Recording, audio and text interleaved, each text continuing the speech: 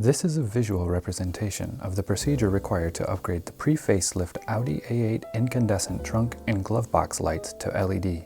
To begin, 4 replacement type T10 LED bulbs are required. Though the choices for T10 are many, a quality bulb like this Sylvania Zevo part number 168 will ensure bright, reliable light. A small flathead screwdriver is also required.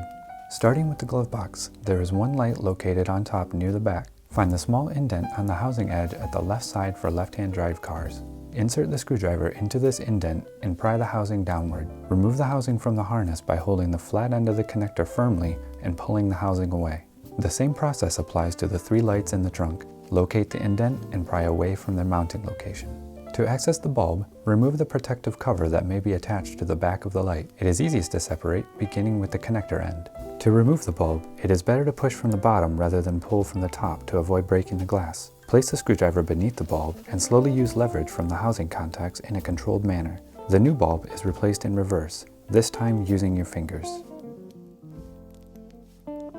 To refit the cover, first slide the end of the harness in place and then snap in the other end.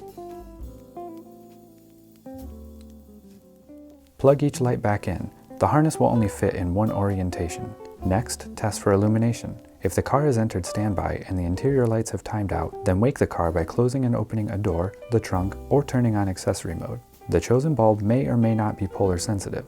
If the light does not illuminate, then reverse the polarity before returning the housing to its location in the car.